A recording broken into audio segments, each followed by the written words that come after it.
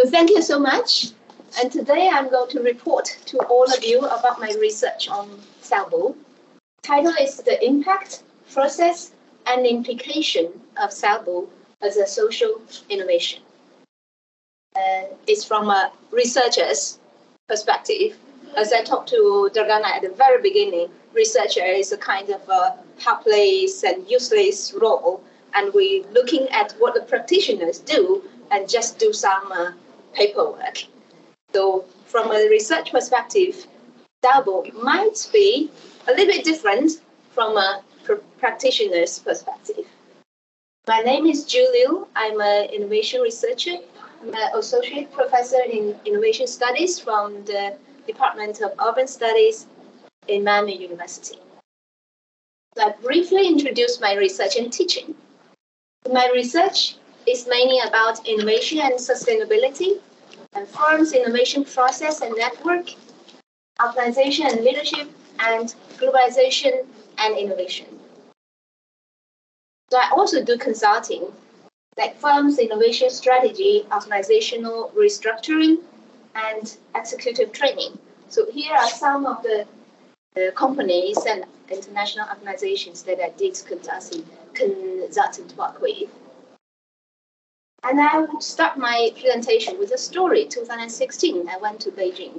We had a research project about companies' global knowledge network.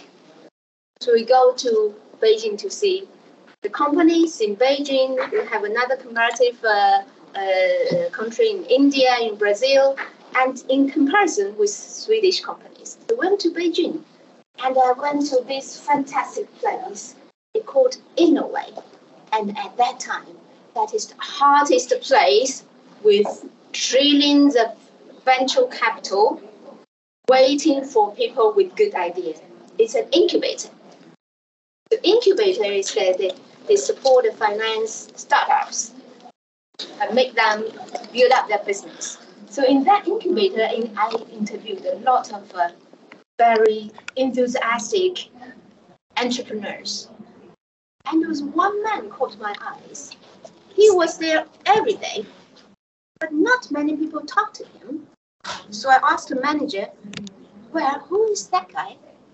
And he said, well, this guy, he's an entrepreneur, and we gave him, we've been giving him a free office out of sympathy. I said, what is business? And I interviewed that guy. That guy is organizing retired people to make small projects. So there's a community, he organized all the retired people and do some small projects. And he wants to build up his business. And this project, by then, is out of his own pocket. So I asked the project manager, the incubator manager, well, this guy is doing good things. Because he told me those retired people, they're still energetic, they have knowledge, they have experience, they just get bored and lonely. Why not organize them to do some business? He's doing good thing. The incubator manager told me, well, I know it is good thing, but the problem is that he's not doing business. You know, money is looking for money. And his project cannot bring money for the venture capitalist. So we don't know how to deal with him. Well, what is this man doing? He's not doing business. And what is he doing?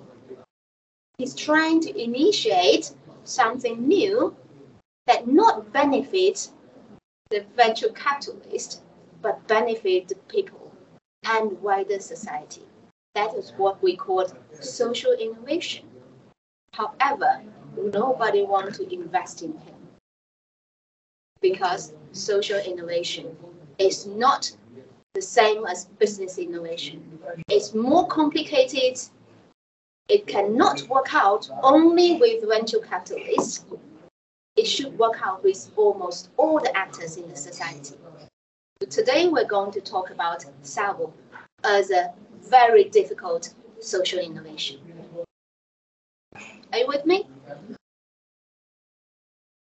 Okay, why is Sällbo a social innovation? So social innovation is something social and innovative. First, social means it aims to address social problems. So Sällbo addresses mainly two social problems. One is loneliness. I don't say elderly loneliness because young people also feel lonely. And according to research in 2010 by the American Association of Retired People, they investigated many people above 45 years old, and they recognized that 1/3 of people experience loneliness, social isolation, and the research shows the harm due to a person's health because of loneliness is the same as smoking 15 cigarettes a day. So loneliness is a big problem, and Sällbo is one of the projects that aims to address loneliness, and another one is refugee integration. And clearly, after 2015 refugee crisis, Sweden has received the biggest number of refugees per capita in the whole world. That is a huge challenge. It's not just welcome, come to live us, it's how to live us in the next decades. This is a great challenge. Innovation. So why Sällbo is an innovation? Innovation is something new. What is new about Sällbo? Is co-living new?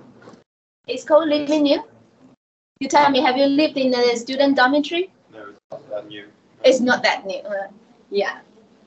And it's cross-generation co-living new? It's also not so new because Netherlands, they have this project to put senior people and young people living together. But what is new about Sällbo? What is new is cross-generation plus cross-cultural co-living. This is new. And I haven't heard anywhere in the whole world have done this. That is world-class innovation. And what is new again? Social life is not new, but social life in contract is new. How can you force anybody in form of contract to do anything? I even cannot force my son to take shower. This is new. And what is new? Handpicking a talent is new. We know Q, the first thing as a foreigner come to Sweden is that you have to follow the queue. Even buy fish in Saluhallen, you have to take the number. Queue is holy in Sweden. How can you handpick talents without queue? That is new. So this makes Sällbo specifically innovative, not a little bit, very much, very noble from a global perspective. It's a social innovation. So today we're going to see three topics.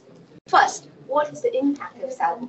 What is Sällbo's impact on Helsingborgshem as an organization and on the wider society? Second, organizational process of Sällbo. How did Sällbo grow out of two significant society crises?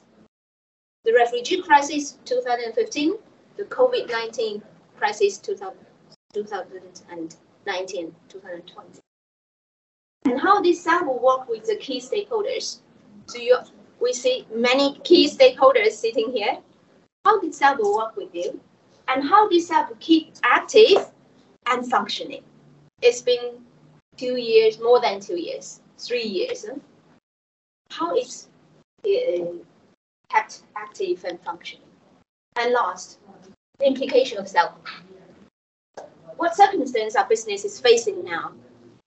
And what we can learn from Sällbo to address the sustainability challenges. So these are the three topics. We're going to finish in 45 minutes. So I'm going to scream and talk very fast. Did you have coffee? Good. Yeah. The impact of Sällbo. So we divided the impact of Sällbo into two categories. One is internal, refers to the impact on Helsingborgshem as an organization. One is external, refers to Sällbo's impact on the wider society. And what is impact? We divided into three categories: immediate results, short mid-term changes, and long-term effects. So let's see immediate results to Helsingborgshem as a company. For example, internal workshops, open show to influence minds and generate ideas. Think 2017, 2018, when Sällbo holds workshop, how many people believe in it? How many people question it? And what kind of ideas generated? And this is the immediate result to Helsingborgshem. And new design and renovation of the building, and new tenant recruitment. This is immediate results. Monthly meeting with tenants for project monitoring and adapting. Project reports, documents, and archives. This is something that happened immediately.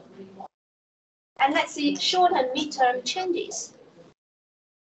To Helsingborgshem, staff development and competence building.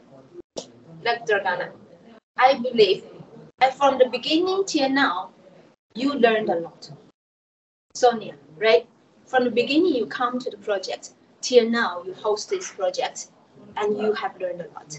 And people in Helsingborgshem participated directly or observed indirectly. Everybody learned. So that is what we call staff development and competence building. Inspiration for new projects. So Sällbo is a co-living project. Now Helsingborgshem built up another co-living project.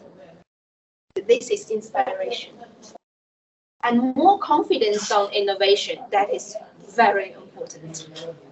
When Sällbo succeeded, everybody said, oh, this is a new concept. And they succeeded. But when Sällbo was in conception, when Sällbo is facing difficulty, and people were saying, oh, really, is it a good idea? We don't know. We don't have confidence, but let's try. So once it succeeded, it gives you confidence. And company branding. So Helsingborgshem is now branded as an innovative public real estate company. This is short and mid-term changes and long-term effects. So for long-term, once you did a project very successful, quite different, distinctive, and then you send the benchmark in. So later, when you do anything more, you are more bold to do it. You are more willing and daring to do it. That set a benchmark and new way of working.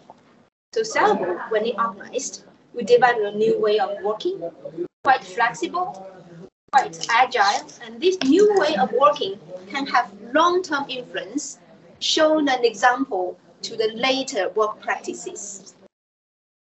This is to Helsingborgshem. What are the impacts of Sällbo to your organization? So let's see the external impact, means the impact of Sällbo to the wider society. Workshop with citizens to understand needs and generate ideas. Immediately, they're not Helsingborg's people. They're not Helsingborg's tenants. They're just a representative of citizens. So this is the external immediate results. Tenant satisfaction and well-being. So I have a colleague. She has a relative living in Sällbo, and she told us after half a year, this depressed man was blooming. So that is immediate result to the people in the society. Media coverage is widely reported. Business and academic visits. The practice show, in front of people, in their eyes, they see this exists. And people see it, academia, researchers come to see it, and this influence other people when they visit Sällbo. Academic results, We published research articles, a thesis. How many theses Sällbo has created for students all over the world? 38. And reports and teaching materials. And Sällbo has been used in all my courses when I talk about social innovation, when I talk about innovation in real estate industry. This is immediate results. And short and mid-term changes, demonstration effect for social innovation. Nobody believing it will succeed. Once it succeeds, it becomes a demonstration project. Show an example. Hey, people, it's doable. And citizen perception on integration and new lifestyle. When I talked to my parents-in-law, they said, that's really good. If they have it and learned, we will apply. That is a new life, new type of lifestyle. And knowledge dissemination in industry and society. How many workshops, seminars you have participated? And I have participated in bringing Sällbo as my research to 3 research conferences. This is dissemination to the whole society about social innovation. Education and research competence building. I'm very happy as Sällbo because I can teach in both bachelor program and master program in different courses. And city branding.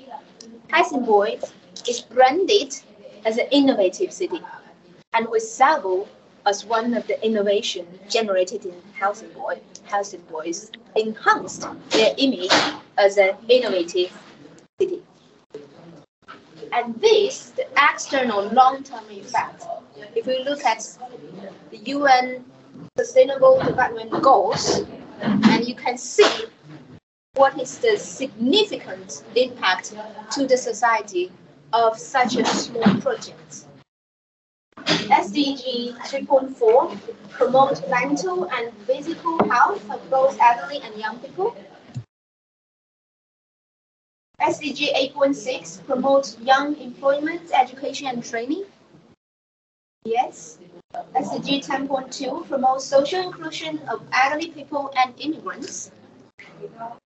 SDG 10.3, ensure equal opportunities and end discrimination against elderly people and immigrants. SDG 10.7, support well-managed migrant policies. SDG 11.1, promote safe and affordable housing. And SDG 11.3, promote inclusive and sustainable urbanization. SDG 17,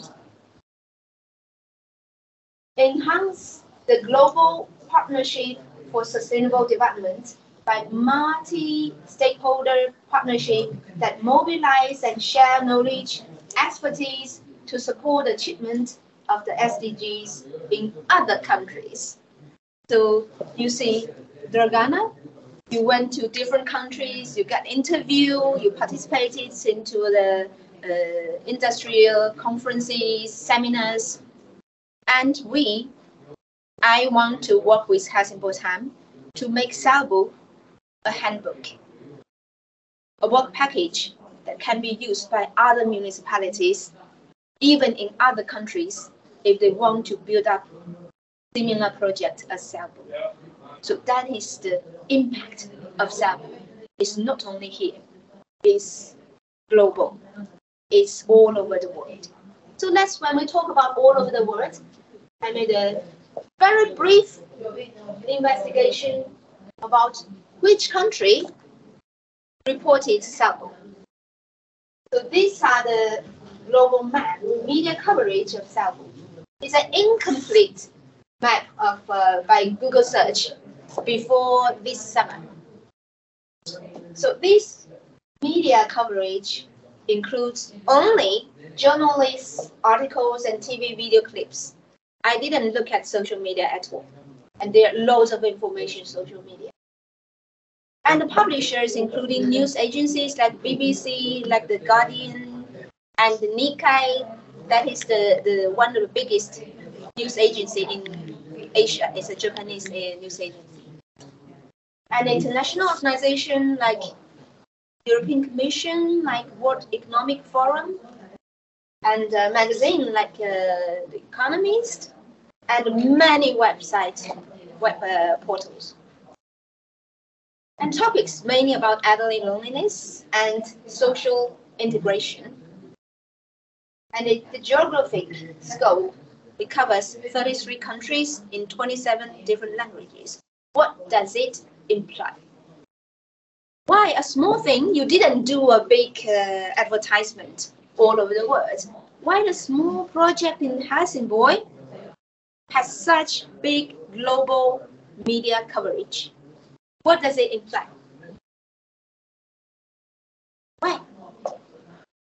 It has relevance for all people. Exact.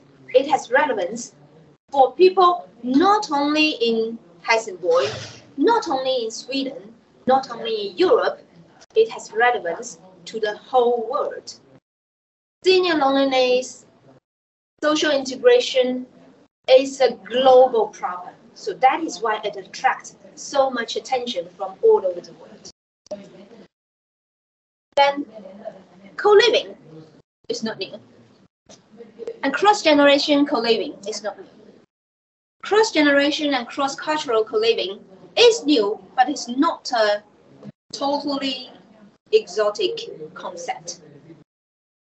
But why such a simple concept didn't happen elsewhere? Why did it happen here? So that is my second question.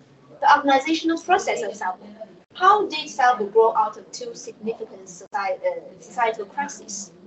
And how did it work with the key stakeholders? And how did it keep alive, functioning? Let's see. First, how did Sällbo grow out of two societal crises? A dynamic capability perspective. The main question is, what are Sällbo's dynamic capabilities? And how did Sällbo use the dynamic capability to address the challenges of societal crisis? So let's introduce what is dynamic capabilities. Have you heard of this? It's very simple. Dynamic capability is a very well-established academic concept when we talk about change. Dynamic capability is a firm's ability to integrate, build, reconfigure internal and external competencies to address rapidly changing environment.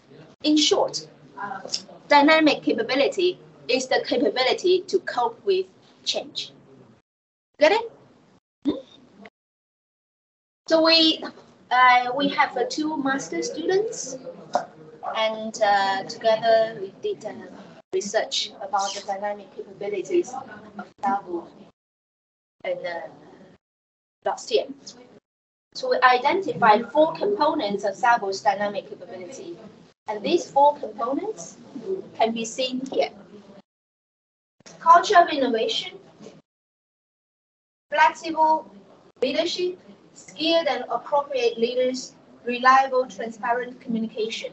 So we summarized the 4 categories of the dynamic capabilities. And please see, here is not Sällbo. Where is Sällbo? Sällbo is here, which means Sällbo, when it succeeds, it should have 4 components exist at the same time. So one thing cannot make Sällbo succeed. It should be 4 things together in order to establish its dynamic capabilities. And based on these 4 components, we identified 4 practices of Sällbo. The 4 practices are team autonomy, leadership support, internal dialogue, external dialogue. For example, external dialogue is to understand the changes of content, context, and talent needs. So you constantly have a dialogue with not only your tenants, but also citizens, with not only citizens, but municipalities, companies. So constantly you need to understand that things are changing, particularly when COVID-19 comes. Because your plan is totally disturbed. Should we close? Should we keep going? If you keep going, how to make sure it's safe inside the building? So you need to constantly have external dialogue. Internal dialogue is to adjust the internal process to cope with the changes. So internally, you need to constantly adjust. So there's no actually clear plan at the first place. And team autonomy is reflecting and adjusting on the spot operations according to change. This is very special about Sällbo is that not the CEO make decision. CEO is far away from Sällbo. It's people working in Sällbo. It's Sonia. It's Dragana making decision on the spot. So that makes it possible to react to the change. Because you have to make decision now, not till next week. And the fourth practice is adjusting strategy and coordinate action to adapt to change by leadership support. You see, the four components of Sällbo's dynamic capability, including two elements about leadership: flexible leadership and skilled appropriate leaders. Flexible leadership means you have a hierarchical organization as any other real estate companies, but in this hierarchical command chain, you give autonomy, high autonomy to middle level managers and frontier workers. So high autonomy existing in a hierarchical organization, we call it flexible leadership. Appropriate, skilled and appropriate leader is everything about how you apply leadership and how you react to change. And it's not everybody can do the job. I cannot do it. So when I look at Dragana, when I look at Sonia, they are the appropriate. They have the right skill set to deal with the changing environment. So one thing, and reliable, transparent communication, not only good things, but bad things. I mean, Dragana has been very open to me. So from the beginning, I participated into the project till now. Good things and bad things we discuss. So be honest. And that is also part of the reason you can react very quickly to the change. The culture of innovation, I think Helsingborgshem and Helsingborg as a city has the tradition of doing something new, daring to do something new. So this is the dynamic capability components and practices. I want to emphasize, for example, team autonomy. Team autonomy is not that, okay, you make decision, you are responsible. It's not like that. It's not only like that. Team autonomy is based on culture of innovation. It's based on flexible leadership. And be careful with this graph. This picture is that team autonomy is not here. It's the whole thing. It not only counts on cultural innovation and flexible leadership, it also counts on reliable, transparent communication. Without it, you cannot give team autonomy. It relies on skilled, appropriate leaders. Without it, team autonomy will not succeed. So you see, the success of Sällbo, the dynamic capability, four components working at the same time. So Sällbo is in the center. It covers all the different aspects. Okay. Any question? It's a little bit academic, right? Okay, that's it. Let's see how it works. The mechanism of leveraging dynamic capabilities to address the challenges of Sällbo at the time of COVID-19. We give an example. At the time of COVID-19, my first thought is that, crap, Sällbo is going to close.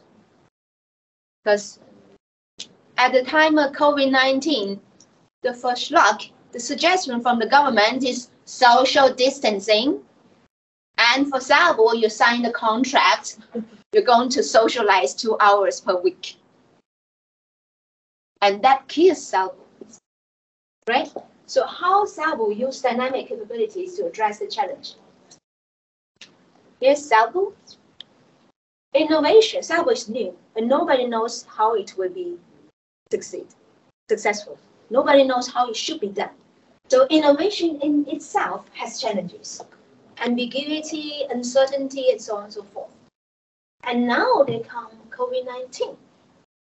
So these two challenges has, we call it an additive effect. So two problems as together is bigger than two problems. So what can we do?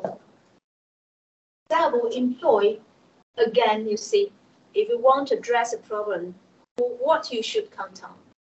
You should always count on people, and the right people. Skilled and appropriate leaders. Adopt and institute flexible leadership, says, okay, I trust you, I know you're the right leader, you make decision on the spot. And then build and deploy cultural innovation and reliable, transparent communication. 2, adopt 4 practices: external dialogue, internal dialogue, team autonomy, and leadership support. Then, with these practices, is be able to mitigate negative impact to address COVID-19 challenges. And with these practices, it be able to develop new solutions to address innovation challenges. So this is the mechanism how dynamic capabilities are leveraged to address the challenges of both innovation and COVID-19. Does it make sense to you? No. Now we're talking about you. So there's different stakeholders. How does Sällbo work with stakeholders and innovation network perspective? Who are the key stakeholders of Sällbo?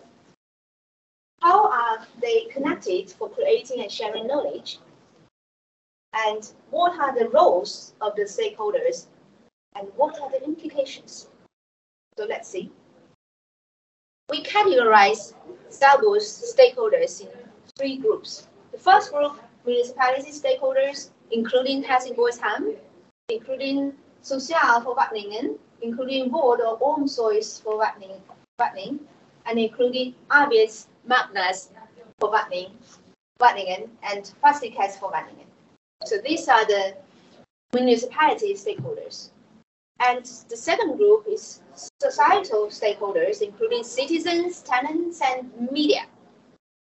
And academic stakeholders, including university researchers and students. So this category is mainly followed what we call triple helix model. But there's the academic support. We don't categorize everything randomly. Now, here's the knowledge map. What I want to see how knowledge is created and shared. So you see please pay attention to the lines and the colors. The green color refers to know what. This kind of knowledge refers to facts and information. The red knowledge refers to know how. They are skills and practices. And the blue colored lines refers to knowledge about know why, about principles and theories. So in brief, you can see on this part, the left part, blue dots are municipality agencies, offices. And the gray part is citizen and tenants. Yellow part is university, and the light gray part is media. You can clearly see Helsingborgshem and Sällbo team is in the middle. The green knowledge floating everywhere. That means facts and information are created and transferred all over the network. But the red one only exists between Helsingborgshem and the citizens and tenants. Why? Because only the Helsingborgshem Sällbo's team sit together shoulder by shoulder with citizens and tenants to discuss what kind of environment you want, what kind of room you prefer, what kind of furniture, what kind of color you would like to have. So that is shoulder by shoulder, face-to-face interaction creates practices and skills. And the blue part, principles and theories, is in the left, in the right lower corner, media and university. Let's simplify it. We make a simplified version of this knowledge network. You can see government agencies, municipality agencies, mainly work as usual tasks, but not overlook the importance of work as usual. Municipality have to give green lights. Say, you go ahead. And that takes courage. That takes courage to say, yes, let's do it. And we make sure we interviewed Lars. He said, my role is to make sure that Helsingborgshem has the right tool from politicians. So that is very, very important. And the co-creation part happens between citizens and tenants and Helsingborgshem. The knowledge about know-why principles and theories happens between university through research and information dissemination. University also count on media, and media feedback, get information from Helsingborgshem and feedback to Helsingborgshem. So once I did this research, university reported, and I also get quite some media interview. And my neighbor said, hey, Joe, you have become a celebrity. It's not me. It's not me. People are interested. It's not because of me. It's because of Sällbo itself. It's because Sällbo is such a brilliant project, and people naturally want to know more about it. So the role, citizens' role, tenants' role is innovation co-creator. So innovation is created by Helsingborgshem together with citizens and tenants. And government agencies is resource provider. Without resource provider, it will not happen. It's the role of me. So at the beginning, I come to Dragana. You know, I know Dragana from your colleague. I had a project with Dr. Herc before. And she told me, Julia, you study innovation. We have an innovation project. You may contact Dragana. She's the project leader. So I contact Dragana. You know, as a researcher, we're useless. So I always want to encourage practitioners to work with us. We always want to ask, what can I do for you? What do you want from me? What can I offer? And Dragana was very frank. She said, nothing. That's not important. What's important is that nothing, but you are welcome. So after 3 years, I feel like Dragana helped me a lot. What can I return to Dragana? What can I return to Helsingborgshem? Receive me very generously, spend time with me, and offer information with me, discuss with me. What I can do for you is value confirming. It's not what I said, it's Dragana told me. Ju, I'm so happy. You confirmed what I did, what we did here in Helsingborg is right. You support us with theories. You convinced politicians that Helsingborgshem Sällbo is a good concept. We should make it permanent. So university and media's role is value confirmer and impact expander. Without media, Helsingborgshem Sällbo is only here. With media, it's all over. So you see, that is why I'm very, very happy. I appreciate so much that Dragana received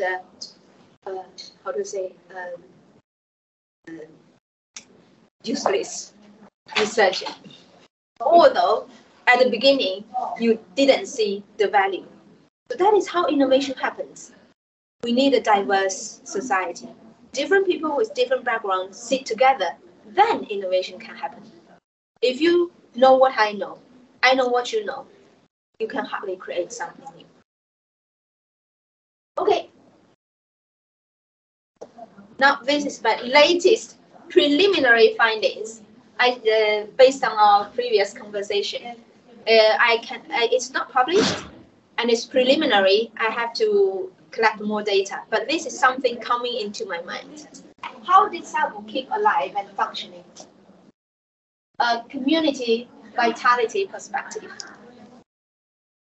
From the company's point of view, why Sällbo is so much alive? It's very lively. From Helsingborgshem, your perspective, who should be involved into the community? What is critical to the tenant community? And how to organize the tenant community? What is community vitality? Community vitality is a well-established academic concept. It refers the ability of a community to sustain itself into the future. So it is to provide opportunities for its residents to plan, make decisions, and act together, and to pursue their own life goals and to experience positive life outcomes. Vital communities are able to cultivate and marshal strong, active, and inclusive relationships to create, adapt, and strive. So that is what we defined. What is community vitality? I've been to Sällbo several times, and I mean the first impression is very different. The difference is that if you walk in Sällbo, you see people's face with content. Normally, you go to the student dormitory, particularly you go to senior people's home, you see people with poker face. You don't show anything on the face. But if you walk in Sällbo, you see content on the face. You see they sit there, they are at ease. It is like my parent-in-law when they organize a party with the family. It's like that. What makes it so different? The people there, they're lively. What makes it so different? Who should be included? What is critical and how to arrange it? This is my preliminary findings. Sällbo's tenant community vitality model, the 3Ds and their key issues. In the core is community vitality. It is lively. The 3Ds. 1D is diversity. Diversity refers to the differences between individual tenants on demographic, age, ethnicity, and gender, and so on and so forth, personality, and functional dimensions like the professional background, the skills, so on and so forth. The key issue of diversity is that how diverse is diverse. The key issue is surface level diversity and deep level diversity. When we teach to students about diversity, I always show them two pictures. One picture is a rooster, a dog, and a cat. Another picture is panda, panda, panda, panda. That's it. Which is diverse? And students say, well, I mean, this is diverse because the dogs and hens are the different species. But I tell you, the panda, panda, panda, panda is also diverse. I have friends working in the Panda Research Center in my hometown. And she told me, well, every single panda look different. Some eyes are more separated, some are closer, some face a round shape and triangle, some ears are closer, some ears are separated. They look different. And every single panda has their own personality that you don't see. So diversity means not only you're from different ethnicity, your different gender, your different age, that's easily be perceived. What different is that? Personality, life experience, work experience, skill sets, competence, and so on and so forth. So if you ignore this, only look at, okay, you have different age, you have different ethnicity, and that is diverse. That is not that diverse, that is only the iceberg showing above the sea water. Another D, we call it dynamics. Dynamics refers to the change in tenant community structure, the groups. Today you are two are together, and next time and they are together, and those three people always together and not how do you say, communicate with anybody else. Community structure and composition. Composition is who is involved. Today he comes, and tomorrow he got married, he moved out of Sällbo, and new people coming in. So these are dynamics. When we talk about dynamics, think about the contrasting two concepts, mobility versus stability. You want Sällbo as a project to be stable. Does it mean we should have the same talent living there all the time? Does it mean we should, you two guys are always together, there are 5 people always together, and those 3 people always together? Does it mean that is stable? Or we should have certain kind of change, right? So can we answer this question? I mean, you living in the building, but you have several different groups. You join this group for baking, you join that group for training, you join that group for sewing or homework doing. I mean, that is the dynamics. Sometimes, the more you want stable, the less stable is the stability you will get. So it's a balance. You need mobility to support stability. So like last time that we talked about another project in Helsingborgshem, and Dorgana said, this 12 household is too little because there's no change. Once it's settled, you lock in. It's difficult to break the boundary between different subgroups, and then the social life will not be that lively. The last D is direction. Direction means the management and guidance of tenant community. This is super interesting to me, because to me, in Sweden, private life is private life. It's private. How can you put a hat there? But let's see. We put senior people, refugee young people, and established young Swedish people in the same building, the beautifully designed, very good facility. They are going to live happily together ever after. Will that happen? It will not happen. You have to coach. Coach does not mean you are playing God. You are working together with them. Negotiating, mediating, persuading, encouraging, right? Together with them, keep the social life alive. So when we talk about direction, let's talk about Sonia. Sonia's role as a host, Sonia is like taking a bath in Sällbo. Immerse herself in the Sällbo, right? And you have attachment to Sällbo, because that is everything you're working with. And you like them. They love you. You are like a member of that big family, right? Yeah. Very good. So like my supervisor, when I did my PhD, my supervisor told me, Jill, you know what? If you do research, you have to get your feet wet in the water, but you cannot take a bath in the water. Why? It's because you take a bath in the water, but not have cool head. You will be excited. You're too much attached. You will make a lot of emotional judgment instead of rational analysis. So attachment and detachment. The thing is that the design of Sällbo is very interesting. Have host, Sonia, and project manager, Dorgana. Dorgana is relatively away from Sällbo, right? So Sonia is closer to Sällbo.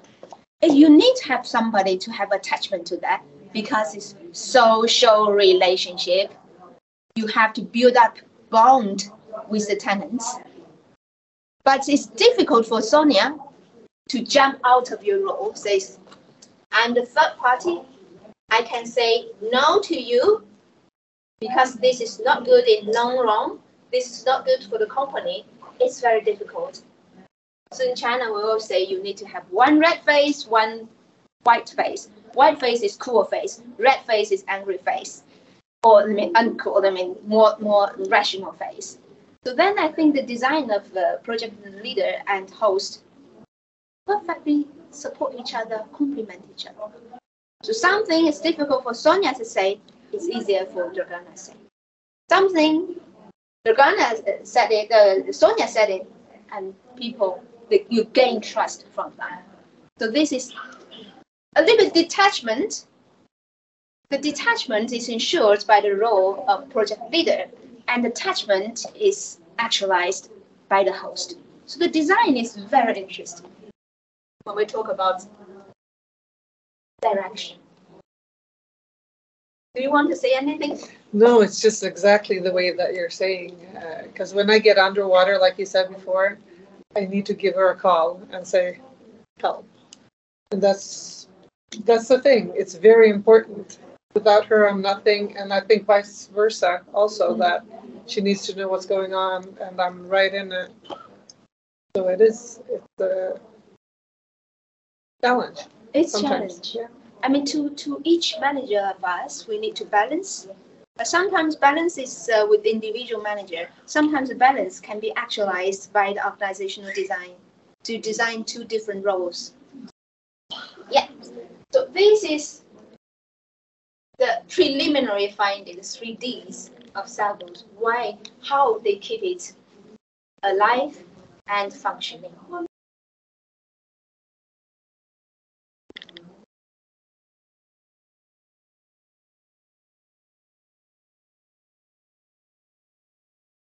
Okay, last. So I have summarized all my research about Sällbo. So let's use 5 minutes to talk about the implications. What circumstances are businesses facing, and what we can learn from Sällbo to address sustainability challenges? I mean, recently I read an article that really got me. It really makes me wow. And this article's challenge this VUCA system. Because VUCA, I have been working with it since 2005. I started to study innovation. All the time we talk about innovation. When you look at the environment, it's volatile, it's uncertain, it's complex, and it's ambiguous. But now, it's not enough. Because it's not only volatile, it's brittle, it's not uncertain, it's anxious, it's not complex. Things has always been complex, but now it becomes non-linear and it's not ambiguous, it's incomprehensible. So we come from VUCA to another set of concepts, call it Barney. Barney, Bristol means things are functioning very well. You don't see any problem. It looks stable, it looks resilient, it looks flexible, no problem, but you don't know it is at the edge of breaking down, out of blue, like COVID-19. How many things, business, all of a sudden, totally break down, and we don't anticipate this. Look at the energy crisis. We didn't realize that all of a sudden, the energy system was collapsing and the price was soaring. Who anticipated? Who are ready for this? So this is Bristol. It's very more than volatile, anxious. The thing is that when we are now in crisis, we feel helpless because the decision is not our decision. And somewhere else, far away, somebody has nothing to do with us. Their decision has big influence on us. We feel helpless, and what we can do is passively waiting for the next disaster to happen, right? And all the existing options seems to be able to be very wrong, right? Previously, okay, we have scenario planning. We know if this happens, we have solution A. If this happens, we have solution B. And all these solutions nowadays, you have a question mark there. Will it work? It can turn out to be terribly wrong. Non-linear. Non-linear means a small decision, a conflict in a region can all of a sudden has disproportionately big influence all over the world. This butterfly effect. You see how the regional war has big influence, huge negative impact all over the world. This is not linear. And some of the consequences nowadays we have, like global warming, it's very serious. It's not because yesterday we made the wrong decision. It's because long time ago, back to the 70s, the 80s, by then those leaders made decisions, and now the results emerged to the surface. So non-linear also means today you put great effort, and a great effort can easily fizzle out. Or you make a great effort, the consequence, you don't see the consequence. The consequence may come up 10 years later. So it's non-linear and incomprehensible. Many things. Incomprehensible is maybe the cause was not yesterday, was decades ago. So that's been forgotten. And incomprehensible may also be we have too many data. We have too much information. And we feel like we don't have any tools or capacity to process those data and information. And we simply couldn't make sense out of the world. In short, nowadays the business environment is more difficult than any other time. When I make this presentation to the CEO of Academy of Uconet in June, did anybody anticipate energy crisis? When was that? 5 months ago. So this is not a very positive situation. When it's difficulty, what we should do? We have only one option, is that we need to find out the positive side.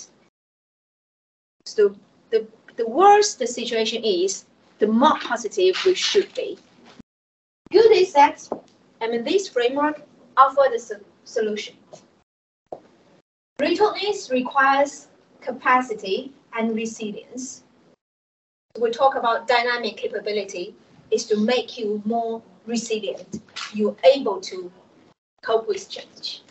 Anxiety asks for empathy and mindfulness.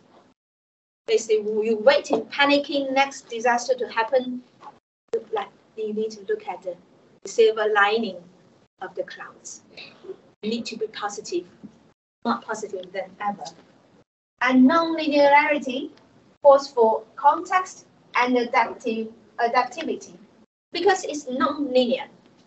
Non-linear, you cannot count on any existing theories, because the theories was based on previous practices, and you need to create something new based on what you can see, what you can feel now in the context. And incomprehensibility demands transparency and intuition. So I think intuition is an interesting concept. And intuition is based on experience, right? Based on your experience, your reflection. So when you have seen this, how many things, because we are old enough to see the change of the world, the change of life. Now I know it's similar. This is, by my intuition, this is the direction. And you count on intuition rather than analysis, because analysis might not be reliable anymore.